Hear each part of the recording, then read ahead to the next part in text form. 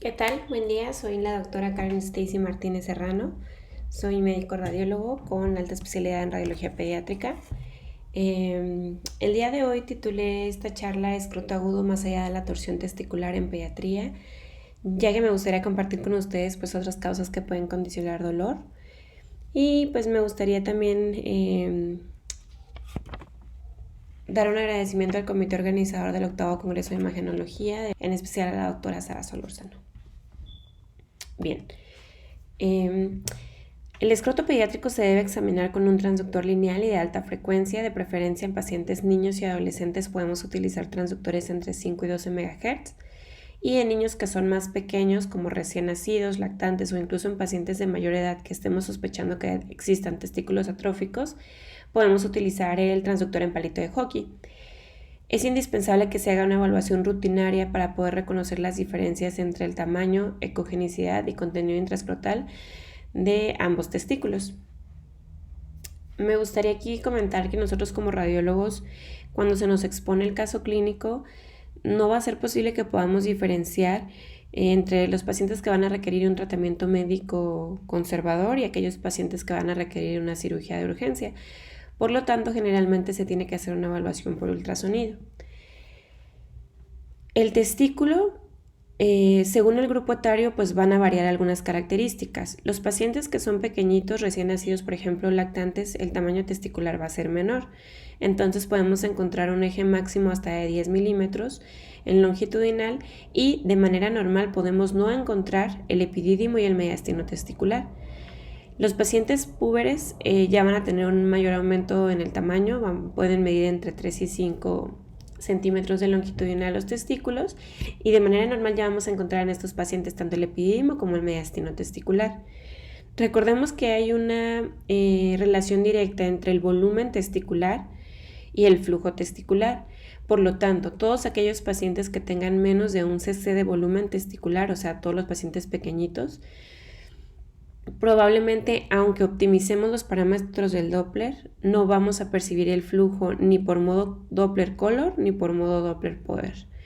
Entonces esto es una cosa que tenemos que tener siempre en cuenta.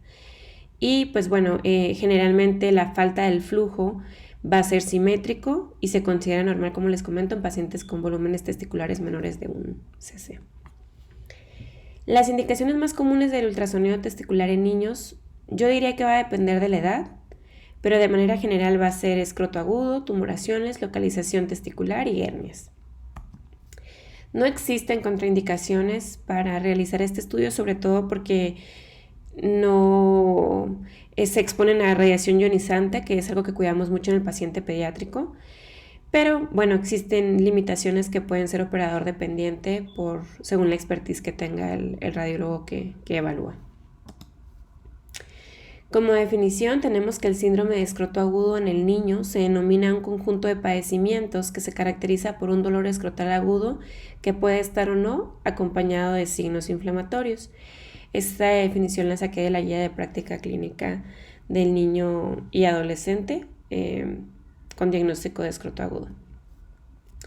La incidencia anual de la torsión testicular se estima entre 1 en 4,000 niños, y 1 de cada 160 hombres va a experimentar torsión del cordón espermático dentro de los primeros 25 años de vida.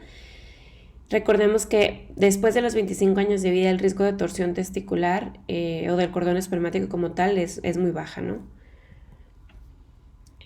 Respecto a la etiología del escroto agudo, pues bueno, puede ser isquémico traumático, infeccioso inflamatorio, un dolor referido o un dolor idiopático. El isquémico traumático puede estar condicionado por torsión del apéndice testicular, torsión testicular como tal, hematoma testicular, el varicocele trombosado y la hernia inguinoescrotal. Las causas infeccioso-inflamatorias generalmente es por cuadros de epididimitis o de orquioepididimitis, y el dolor referido puede estar asociado a un cálculo de la uretra media, hernias inguinales, los aneurismas de la arteria aorta o de la ilíaca común y abuso sexual. Y el dolor idiopático, pues bueno, nunca se puede determinar cuál es la causa del dolor. Vamos a iniciar con la patología de torsión testicular. Recordemos que la torsión testicular puede ser de tipo espontánea o traumática, y pues bueno, va a ser una rotación del cordón espermático dentro de lo que va a ser el escroto. Generalmente lo que ocurre es una rotación del cordón espermático que va a condicionar de manera inicial oclusión del flujo venoso y después del flujo arterial, que va a condicionar por lo tanto el infarto vascular. Lo que nosotros como radiólogos o en general como médicos debemos pues evitar es que se llegue al infarto, ¿no? Y obviamente esto va a depender mucho del tiempo de evolución del cuadro clínico del paciente. Recordemos que aproximadamente la torsión del cordón espermático va a afectar entre 14 y 31% de los niños y adolescentes con escroto agudo. Existen dos picos de esta enfermedad, que es la infancia y la adolescencia. Y de manera general existen 3 tipos de torsión del cordón espermático, pero los más comunes son 2, el extravaginal e intravaginal, y de estos el intravaginal es el más común, es el que vemos típicamente en los pacientes adolescentes. Y pues la torsión intravaginal del cordón espermático va a estar dada por una adhesión anormalmente alta de la túnica vaginal, y la torsión extravaginal del cordón espermático ocurre proximal a las inserciones de la túnica vaginal. Les traigo esta clasificación que es clínico, pues yo le llamaría clínico radiológica, la saqué de una revista de cirugía pediátrica, que bueno, nos va a ayudar a tomar decisión respecto al paciente en contexto de dolor escrotal para saber qué es lo que se le debe realizar. Los criterios clínicos son hinchazón testicular, que se les otorga un valor de 2 puntos, testículo duro 2 puntos, ausencia de reflejo cremastérico 1 punto, náuseas o vómito 1 punto y testículo en situación alta 1 punto. La interpretación de estos criterios son: si son 0 a 2 puntos, el riesgo es bajo con un valor predictivo negativo del 100% para torsión testicular. El riesgo intermedio es aquel paciente que tiene de 3 a 4 puntos, aquí sí se necesita realizar un ultrasonido, y en aquel paciente que tiene más de 3 puntos tiene un riesgo alto de torsión, por lo tanto el valor predictivo positivo se sugiere a 100%. Se comenta en la literatura que este paciente no requiere ultrasonido y requiere una valoración urgente por urología o por cirugía para tratar de salvar el testículo. Aquí les muestro este esquemita donde, bueno, de manera representativa vemos la torsión intravaginal, que se encuentra por encima del epidídimo, la extravaginal, que es a nivel del cordón espermático, y la que está por debajo del epidídimo. La más común de estas, como les mencionaba, es la intravaginal. Entonces tenemos este paciente, este es un paciente adolescente, vemos que aquí el eje máximo del testículo está por arriba de 3 centímetros. El paciente refiere un dolor escrotal agudo de menos de 3 horas de evolución, lo traen a nuestro hospital y bueno, cuando se hace la valoración por ultrasonido de este testículo, vemos un parénquima en escala de gris muy homogéneo, con una imagen ecogénica lineal que rodea al testículo, que corresponde a la túnica, y también vemos en este ultrasonido pues está rodeado por un poco de líquido que se ve de aspecto heterogéneo con ecos puntiformes internos. Cuando colocamos el Doppler vemos que tiene un flujo interno pues con un patrón conservado, no llama gran cosa la atención. Aquí les muestro esta imagen del hidrocele con ecos puntiformes y móviles adentro. Y cuando subimos al canal inguinal vemos el cordón espermático con esta forma, un poco irregular. En la modalidad de Doppler vemos que está haciendo pues un enroscamiento, un remolino de las estructuras vasculares a nivel del cordón espermático. Y este paciente estaba cursando con el signo clásico de torsión testicular, que es el signo de remolino por ecografía. Este son el grupo de pacientes que nosotros queremos ver porque son los pacientes que todavía son candidatos a destorcer el cordón espermático y pues dar salvamiento a este testículo, que va obviamente a la larga pues favorecer a la fertilidad del paciente. Esto es otro paciente que pues también es un testículo derecho. Vean cómo este paciente pues en escala de gris ya se ve un patrón muy heterogéneo intratesticular con zonas alternadas hipo e hiperecoicas. Las zonas hiperecoicas tienen relación con hemorragia intratesticular y las hipoecoicas tienen relación con isquemia y necrosis, ¿no? Vean cómo la modalidad de Doppler no tiene saturación interna, solo existe pues saturación de tipo periférica, y también tiene un engrosamiento de la piel. Generalmente todos estos pacientes van a cursar con hidrocele, con engrosamiento de la piel, y pues la ausencia del Doppler, ¿no? Esta es la típica, el típico paciente que clínicamente se va a referir como deformidad en badajo, que pues el badajo es una pieza que cuelga en el interior de una campana que según adopta esta forma el testículo, es por eso que se refiere así clínicamente. Este es el testículo izquierdo del mismo paciente, que bueno, aquí sí lo vemos de aspecto mucho más homogéneo, tiene vascularidad interna, y pues la bolsa escrotal del lado derecho del testículo que se torció, pues está con aumento significativo de la vascularidad, con un poco de edema, y pues con los cambios que les mostré. Estos son los pacientes que quisiéramos que no nos llegaran, sin embargo, la mayor parte de los pacientes llegan en estas etapas de torsión. Y bueno, recordemos que la tasa de salvamiento en las primeras 6 horas del dolor generalmente varía entre 80 y 100%, y todos los pacientes que llegan con una evolución del cuadro clínico de más de 12 horas, desafortunadamente pues tienen un pobre pronóstico de salvar ese testículo, ¿no? La torsión extravaginal es importante que recordemos que esta se da principalmente en recién nacidos a nivel del cordón espermático, y generalmente se asocia a que está mal fijado en el canal inguinal el cordón espermático. Entonces, como es móvil e incluso puede ser retráctil, esto puede darle mayor movilidad y más riesgo de que se tuerza, ¿no?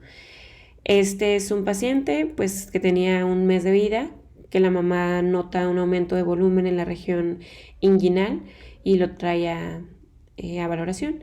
En la escala de Gris vemos un testículo que también se observa heterogéneo, con zonas alternantes hiper e hipoecoicas, con un halo hipoecoico periférico en relación a escasa cantidad de tejido. Vean aquí como en la modalidad de Doppler no vemos vascularidad interna intratesticular, sin embargo sí un poco periférica, y pues bueno, este era un paciente que estaba cursando con una torsión de tipo extravaginal.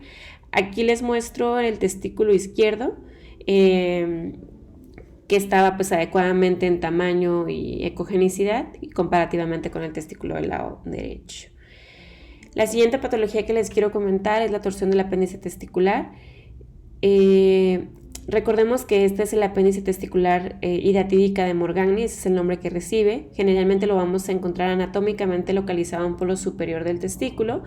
De manera normal puede medir de 1 a 4 milímetros de longitud, y la forma generalmente es entrovalada o pediculada. Esta es la causa más común de hemiescroto agudo en niños. Incluso esta está por encima de la torsión testicular o incluso de la epididimitis. Entonces, bueno, generalmente aquí les muestro este caso con un pacientito que tenía un hidrocele simple, pues abundante cantidad de líquido, que nos demuestra muchísimo mejor la forma normal del apéndice de Morgagni. Es generalmente isoecoica, lo que va a ser el parénquima testicular. La vamos a ver homogénea. Generalmente le podemos ver vascularidad interna en el modo Doppler, y en este caso se resalta mucho porque bueno, tiene líquido que la está rodeando. Es normal encontrar este apéndice en 90% de los pacientes, y corresponde a un vestigio remanente del conducto de Müller, que como les digo se va a localizar en el polo superior testicular y se une a la túnica vaginal. Esta es una imagen de barrido extendido de un paciente con un dolor de escroto agudo. La forma del apéndice testicular empieza a tomar una forma esférica con un tamaño mayor de 6 milímetros, y en modalidad Doppler, si esta no presenta vascularidad interna, hay que sospechar que está torcida. Este es un caso que encontramos en el instituto. Es un paciente que llegó por un dolor escrotal agudo, es un paciente ya adolescente, que pues refería a dolor testicular del lado izquierdo. Vean cómo el testículo se ve aparentemente homogéneo con vascularidad interna, sin embargo hacia el polo superior del testículo se observa esta imagen de forma pues ovoidea, heterogénea, con unos secos puntiformes centrales, incluso pareciera como un patrón trabeculado, que en la modalidad Doppler no tiene vascularidad interna y es un poquito más marcada la vascularidad periférica, pues que correspondía a un apéndice torcida. Otra de las causas por las cuales pueden venir los pacientes por dolor es la hernia inguinoescrotal. Recordemos que existen hernias inguinales que pueden ser de tipo directa o indirecta. La directa generalmente va a ser medial a la arteria y vena epigástrica inferior, y la indirecta va a ser lateral a la vena y arteria epigástrica inferior.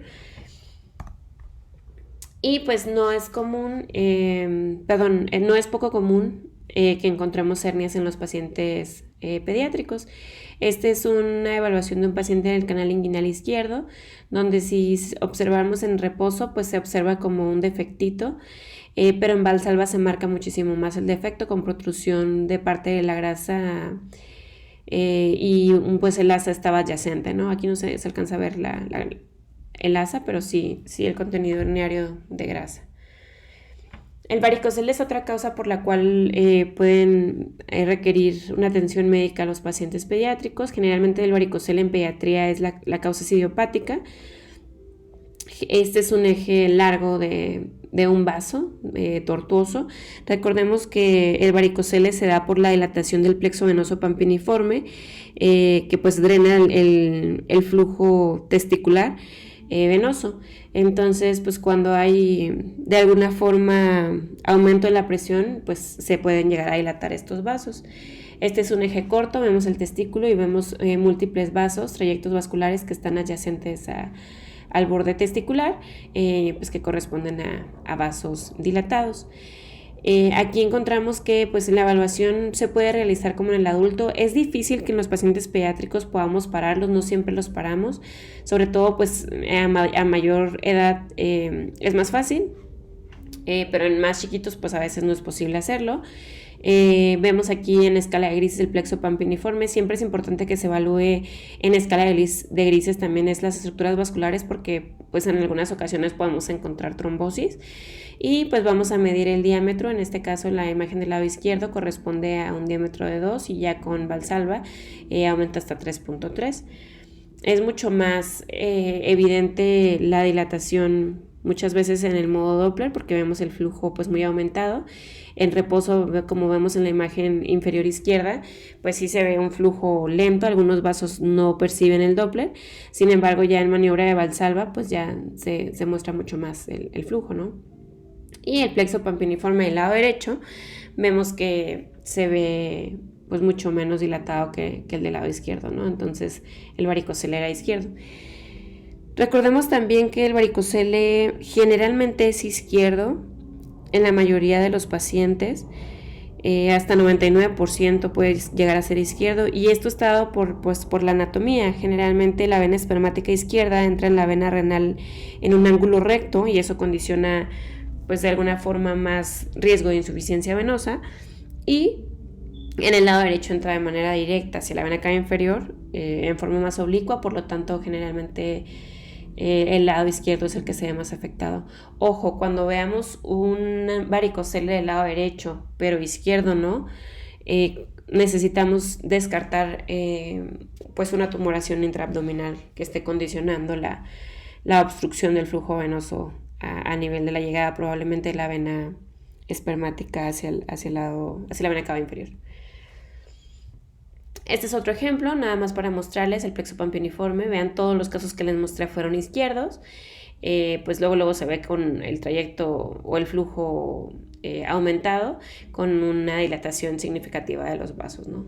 Generalmente nosotros no percibimos las estructuras vasculares cuando no se dilatan tanto. Otra de las patologías que tenemos es la orquiepididimitis. Recordemos que la epididimitis como tal es únicamente la inflamación del epidídimo, y la orquitis sola es la inflamación únicamente del testículo, pero la mayor parte de los pacientes van a tener un conjunto de esta patología, tanto epididimitis como orquitis. Por lo tanto, a esta entidad se le conoce como orquiepididimitis. Generalmente esta es una causa de inflamación de tipo infecciosa, tanto del epidídimo, del testículo o ambos. Puede ser por causas bacterianas o virales. Las bacterianas generalmente es por una invasión ascendente, por siembra directa de la orina infectada en el tracto genitourinario, por siembra hematógena, y las causas virales, la más común son paperas o postraumático. Y algunos casos de epididimitis probablemente se deba a una torsión del apéndice no reconocida que después condiciona un proceso inflamatorio como tal del epididimo. Dentro de los agentes patógenos causales de esta patología, tendríamos que preguntarnos primero si el paciente es sexualmente activo o no, y aunque parecería pues extraño, pues ahora hay adolescentes que inician vida sexual muy temprana, entonces ese tipo de pacientes pueden tener infecciones de transmisión sexual que condicionen la orquiopididimitis, ¿no? Que en este caso puede ser pues por gonorrea o por clamidia. Y las asociaciones con anomalías del tracto genitourinario generalmente son otras etiologías, que es Staphylococcus aureus, Escherichia coli y pues el virus de la papera. Una cosa que es importante es que la orquiopididimitis, a diferencia de la torsión testicular o la torsión del apéndice testicular, suele ser un dolor un poquito más gradual. Puede referir el paciente a hinchazón, eritema, disuria, enuresis y frecuencia. El signo de PREN clínicamente es un dato que les puede orientar entre el paciente con torsión y el paciente con orquiopididimitis. El signo de PREN, cuando el paciente tiene elevación del hemiescroto afectado en la epididimitis, alivia un poco el dolor, y los pacientes que se le eleva el hemiescroto de manera intencionada en la exploración exacerba el dolor en la torsión. La diferencia entre la orquiopididimitis y los otros cuadros por torsión, pues obviamente es que solamente requieren manejo antibiótico y darle seguimiento a estos pacientes. Este es un caso del instituto. Vean, tenemos un testículo pues con apariencia relativamente homogénea, con su túnica que lo rodea, pero vean cómo es evidente el aumento del tamaño tanto de la cabeza como el cuerpo del epidídimo, y también está viendo una asociación con un engrosamiento de la piel, un poco de edema del tejido blando, pues hidrocelia también, ¿no? En la modalidad de Doppler vean cómo hay un aumento significativo de la vascularidad, sobre todo hacia la cabeza y cuerpo del epidídimo, y pues está favoreciendo un proceso inflamatorio que condiciona hidrocelia y engrosamiento de la piel. Este paciente también estaba cursando con un cuadro ya crónico de una orquiopididimitis. Sabemos que es crónico además por el cuadro clínico, pues por las características del hidrocelia. Vean cómo el hidrocelia ya tiene un aspecto más ecogénico, tiene un patrón trabecular. Esas líneas que están septando al hidrocelia, pues nos habla del tiempo de evolución crónico. Vean cómo el parénquima testicular ya tiene cambios, algunas zonas alternantes hiper e hipoecoicas, pero preserva la vascularidad interna en el modo Doppler, pues que nos habla de un proceso inflamatorio crónico que pues sí está haciendo ya cambios evidentes en el ultrasonido del parénquima intratesticular. Este es otro paciente que de entrada también vemos un parénquima intratesticular un poco heterogéneo.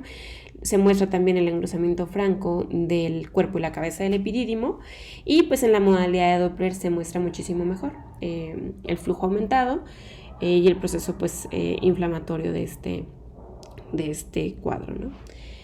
La criptorquidia es otra indicación muy frecuente en pediatría de evaluación escrotal, no tanto como un dolor agudo, sin embargo sí es una causa importante de evaluación escrotal en pacientes pediátricos. Y pues bueno, lo primero es que evaluemos la bolsa escrotal. Generalmente cuando hay criptorquidia uni o bilateral, dependiendo, vamos a encontrar la bolsa escrotal vacía y ocupada por grasa.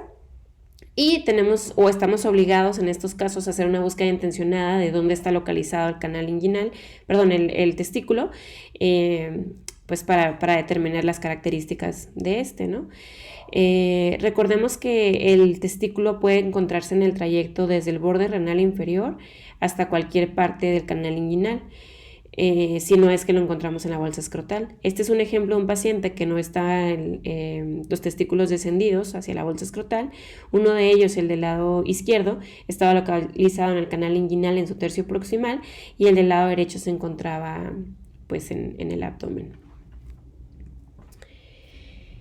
Este es otro ejemplo. Una cosa que suele pasar mucho en el paciente con criptorquidia es que a la larga existan cambios parenquimatosos intratesticulares que puedan mostrar calcificaciones puntiformes, que pues bueno, a la larga recordemos que las calcificaciones también pueden aumentar el riesgo de cáncer, ¿no?, testicular, y pues estos pacientes además estaban cursando por una pequeña cantidad ahí de líquido que está rodeando a los testículos, ¿no? Los pacientes que son menores de 6 meses generalmente se da un poco de tiempo a que estos testículos terminen por descender, y ya los pacientes que son mayores de 18 meses generalmente estos se tienen que corregir de manera quirúrgica porque bueno, ya no van a descender de manera espontánea. Una cosa que es indispensable que nosotros como radiólogos recordemos es que los pacientes que tienen criptorquidia que no se trata tienen un riesgo muy alto de seminoma, pues en la edad, entre la adolescencia y la edad adultos jóvenes. Y los pacientes a los que se lleva a criptorquidia, a orquidopexia, a los pacientes que se les hace un descenso quirúrgico por orquidopexia, tienen más riesgo de tumores no seminomatosos como embrionarios. Pero bueno, todo aquel testículo que tenga algún antecedente quirúrgico también tiene un aumento en el riesgo de cáncer. Entonces son pacientes que deben de seguirse a lo largo de la vida, ¿no? Este es un paciente que estaba cursando con una criptorquidia, pero recordemos que también se tiene que hacer una evaluación de si estos testículos son o no retráctiles.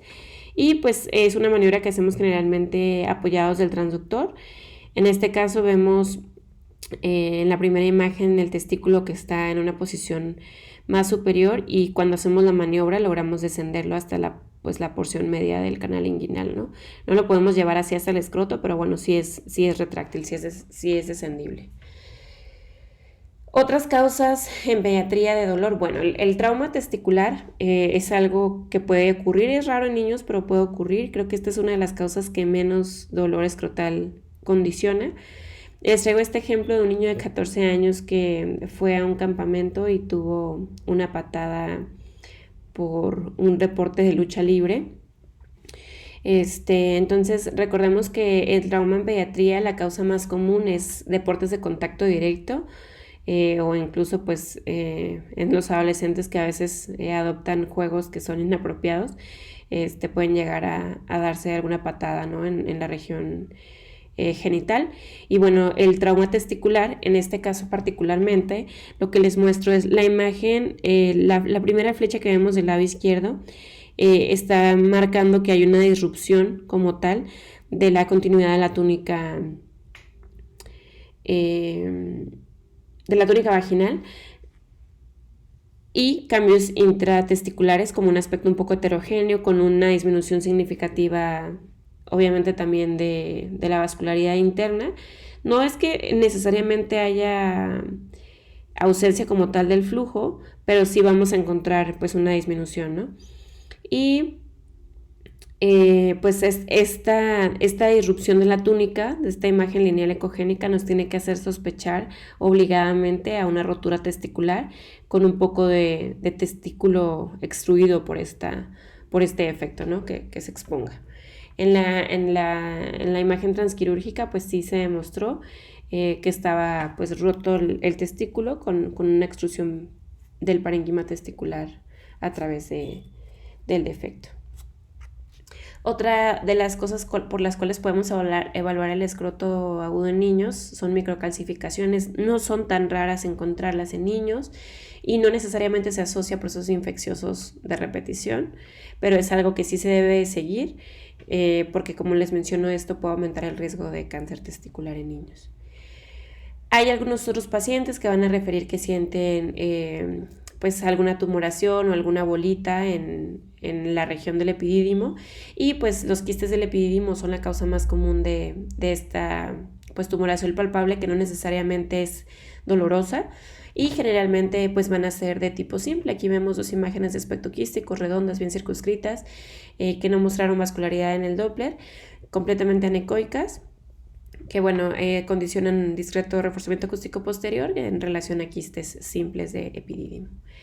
Los hidroceles son otras causas de dolor que no necesariamente son agudos, pueden ser más crónicos, pero pues bueno, hay hidroceles que son simples. En este caso pues los hidroceles tienen ecos internos Entonces, pues bueno, estos pueden condicionar un poquito más de dolor. Y recordemos que en pediatría es más común encontrar los hidroceles funiculares, que son aquellos que comunican el peritoneo en el anillo interno y no rodean al testículo. O sea, no son tanto así como rodeando al testículo, sino se dirigen más hacia el anillo inguinal. Los tumores definitivamente son otra causa, no tanto de dolor escrotal, sino de aumento de escrotal, que siempre se llevan a estos pacientes obviamente a evaluación por ultrasonido. Y este caso se los quiero traer a colación. Este es un tumor germinal que le hacen un abordaje quirúrgico para orquiectomía, pero después del abordaje quirúrgico vemos que este paciente regresa por un aumento nuevamente del volumen escrotal y dolor, eritema, hinchazón. Pues bueno, este paciente posterior al evento quirúrgico mostró pues un absceso secundario al evento quirúrgico. Hay un engrosamiento significativo de la piel, una colección heterogénea en el centro, aumento también de la vascularidad. Y pues bueno, los abscesos en pediatría son raros, generalmente se asocian pues precisamente a esto, a eventos quirúrgicos, pero bueno, es un diagnóstico que tenemos que tener en mente también, ¿no? Este es un paciente con un teratoma maduro. Vean cómo el aspecto de este tipo de tumores es heterogéneo, con un componente principalmente quístico y septos internos con escasa vascularidad en el modo Doppler. Y bueno, por histología estaba corroborado un teratoma maduro. Este es un teratoma inmaduro. Este es muchísimo más componente sólido. Vean que también sigue teniendo zonas quísticas, sin embargo tiene más componente sólido.